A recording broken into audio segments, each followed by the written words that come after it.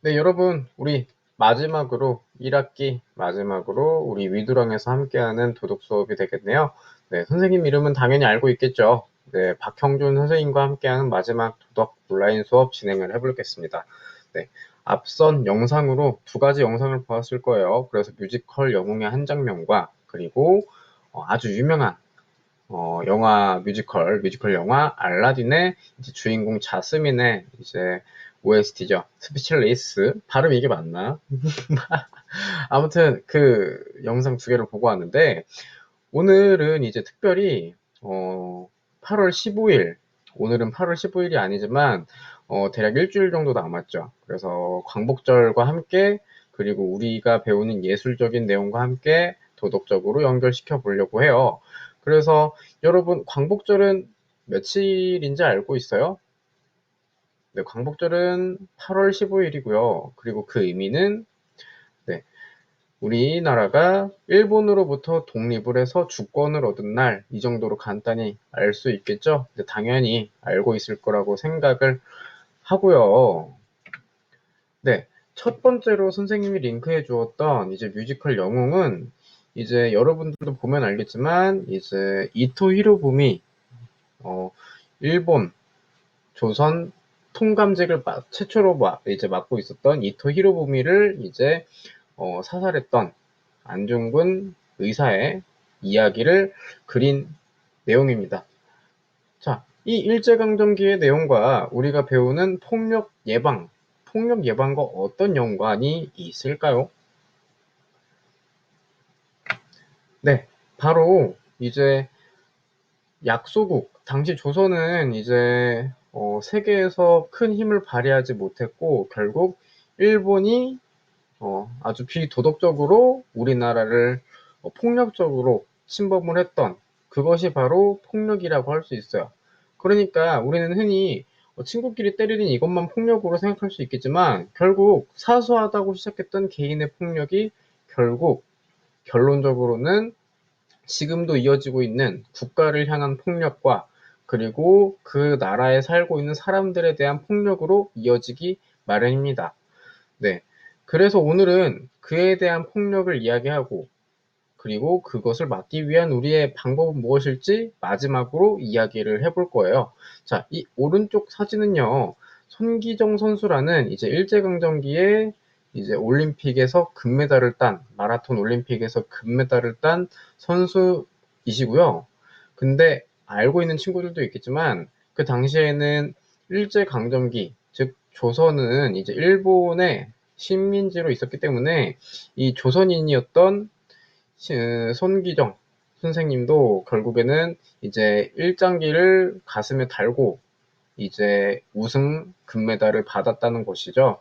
그래서 손기정 선생님이 이제 우연인지 뭐 의도하신 것인지는 확실하진 않지만 이제 같이 받은 월계 수잎을 이렇게 가슴을 가리는 그 모습이 이렇게 사진과 신문에 찍혀 있습니다. 즉, 한 나라의 국민이 다른 나라의 폭력으로 인해서 결국 개인의 행복까지 침해되는 그런 것이 바로 폭력이라고 할 수 있겠죠. 즉 이러한 폭력의 의미는 바로 구조적 폭력이라고 합니다. 네, 우리가 지금까지 배웠던 학교 폭력을 조금 더 단계적으로 높인다면 그 범위가 넓어지는 것이겠죠.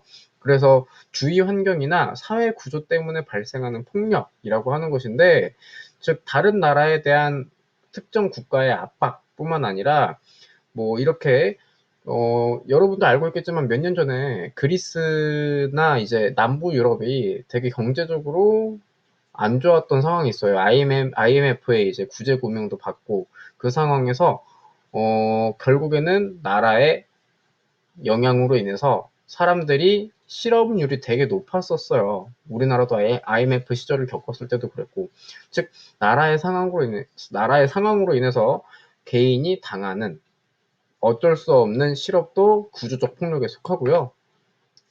그리고 이렇게 이 두 사진 보면은 되게 빈부격차라는 것이 이렇게 딱 상징적으로 나오죠. 그래서 왼쪽에 있는 사진은 되게 작은 집들이 판잣집들이 좁게 모여 있다면은 반대로 오른쪽에 있는 사진에는 고급 아파트들이 이렇게 울창한 나무들 사이에서 이렇게 있는 것도 나라가 개인에게 또는 집단에게 가하는 폭력 중에 하나인 빈곤도 결국 구조적 폭력 중에 하나라는 거를 알고 있으면 좋을 것 같아요. 근데 이제 선생님이 두 번째로 링크했던 이제 자스민이 부르는 스피치리스 이 노래를 보았을 때 만약에 구조적 폭력이 우리 눈앞에서 벌어진다면 우리는 어떻게 할 수 있을까요? 그냥 나라가 그런 거니까 어쩔 수 없지 않나요? 하고 가만히 잊지 말라고 선생님이 이제 스피치리스를 링크를 한 거예요. 그러니까 결론적으로는 우리가 독립운동가 선생님들도 그렇고 그리고 자스민 공주도 그렇고 결국에는 우리가 앞에 놓여 있는 폭력적인 상황에서 개인에게 주어지는 폭력이든 또는 집단에게 주어지는 폭력이든 그리고 그 가해자가 개인이든 사회, 국가이든 어쨌든 여러분들이 계속 이야기했죠. 학교 폭력을 막기 위해 도움의 손길 그리고 신고, 즉 스피치리스 하지 말라는 거예요. 그러니까 필요한 상황에서는 언젠가는 우리가 침묵하지 않고 이야기할 수 있어야 한다는 것이기 때문에 선생님이 스피치리스를 링크한 것이에요. 자, 이 왼쪽에 있는 자스민 공주는 당시 애니메이션으로 나왔을 때는 알라딘이 이 자스민 공주를 위한 주제가가 아예 없었대요. 하지만 우리가 새로 작년에 나왔던 알라딘 영화에는 새롭게 이제 스피치리스가 나왔던 것은 결국에는 점점 더 사회가 개인에게 주어지는 폭력 그리고 집단에게 주어지는 폭력에 있어서 침묵해서는 안 된다는 것이기 때문에 이 스피치리스라는 주제가가 등장하지 않았을까 하는 생각이 듭니다. 그래서 아까 처음에 얘기했듯이 개인에게 주어지는 폭력이 모인다면은 그룹이 가하는 폭력이 될 것이고 그 그룹이 모인다면 특정 지역의 폭력이 그리고 결국에는 일제강점기에 벌어졌던 일처럼 국가의 폭력으로 이어진다는 것. 당연히 폭력의 씨앗이 커지기 때문에 국가의 폭력이 된다는 것 잊지 말았으면 좋겠어요. 그렇다면 국가의 폭력을 막기 위해서는 결국 개인에게부터 폭력이 예방이 되어야 되겠죠. 그리고 그 그룹의 개인의 폭력이 예방이 된다면 당연히 결론적으로는 국가의 폭력 예방까지 우리가 나아갈 수 있을 거예요. 그래서 개인의 폭력 예방 중에 하나로 여러분들이 계속 이야기했던 도움과 신고 등등이 결국에는 국가의 폭력 예방까지 이어질 수 있다는 거.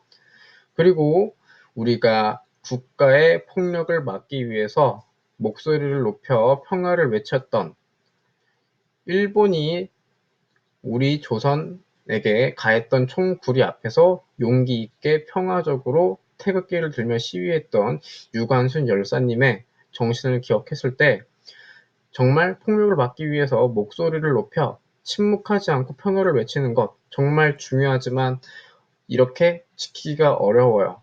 네, 그만큼 우리가 독립운동가의 용기를 본받고 그리고 광복절의 의미를 같이 생각을 하면서 폭력 예방을 위해서 우리는 어떤 자세를 취해야 할까 한번 생각해 볼 수 있는 마지막 도덕 수업이 되었으면 좋겠습니다.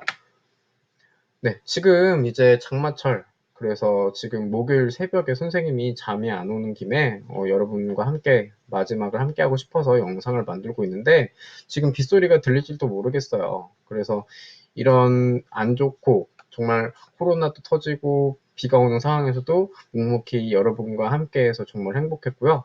그리고 앞으로도 지금처럼 건강히 함께 웃으면서 선생님과 같이 성장해 나가는 1학년 1반에서 4반 학생들이 되었으면 좋겠습니다. 네, 정말 사랑합니다, 여러분. 네, 정말 선생님 수업 들어주어서 고맙고요. 앞으로도 보고 싶을 거예요. 네, 사랑합니다.